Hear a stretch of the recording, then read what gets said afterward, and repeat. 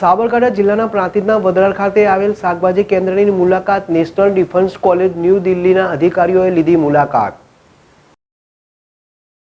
પ્રાંતિજ વડરાળ ખાતે આવેલ Indo Israel શાકભાજી સેન્ટર ખાતે ભારતીય સેનાના મેજર જનરલ અજય કુમાર સિંઘના નેતૃત્વમાં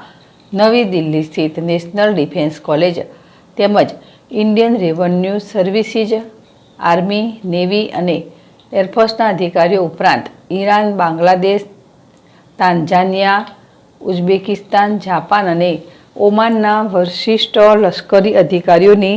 17 મેમ્બર્સની ટીમે શાકભાજી ઉત્કૃષ્ટતા કેન્દ્ર વડરાળ ખાતે મુલાકાત લીધી હતી, જેમાં તેઓને સેન્ટરની સ્થાપનાથી આજ દિન સુધીની વિગતોની ખૂબ ઝીણવટભરી માહિતી પાવર પોઈન્ટ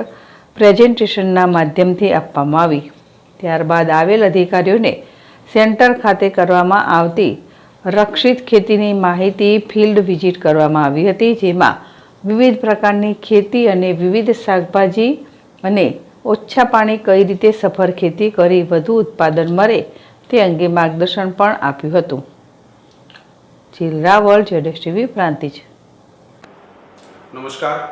મારું નામ પ્રશાંત કેવડિયા છે। હું બાગાયત ખાતામાં ડેપ્યુટી ડાયરેક્ટર ઓફ હોર્ટિકલ્ચર ખાતે ફરજ બજાવું છું। આજે 18 માર્ચ 2025ના પાવન દિવસે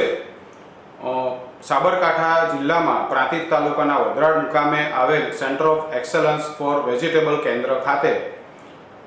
ભારત સરકારના ઇન્ડિયન આર્મીના ઉચ્ચ અધિકારીઓ ઉપરાંત અલગ અલગ દેશ જેવા કે Bangladesh, Japan, Tanzania, Uzbekistan, Iran, આ 6 દેશોના પણ આર્મીના ઉચ્ચ અધિકારીઓ મુલાકાતે આવેલ છે અને ઇન્ડો ઇઝરાયલ પ્રોજેક્ટ અંતર્ગત કામગીરી કરતા આ સેન્ટર ખાતે ખેડૂતલક્ષી જે વિવિધ પ્રવૃત્તિઓ હાથ ધરવામાં આવે છે, જેવી કે પ્લગ નર્સરી જેવી હાઈટેક ટેકનોલોજીથી ઉચ્ચ ગુણવત્તાના ધરું અને રોપા ઉછેર કરીને ખેડૂતોને એકદમ કિફાયત દરે વિતરણ કરવામાં આવે છે।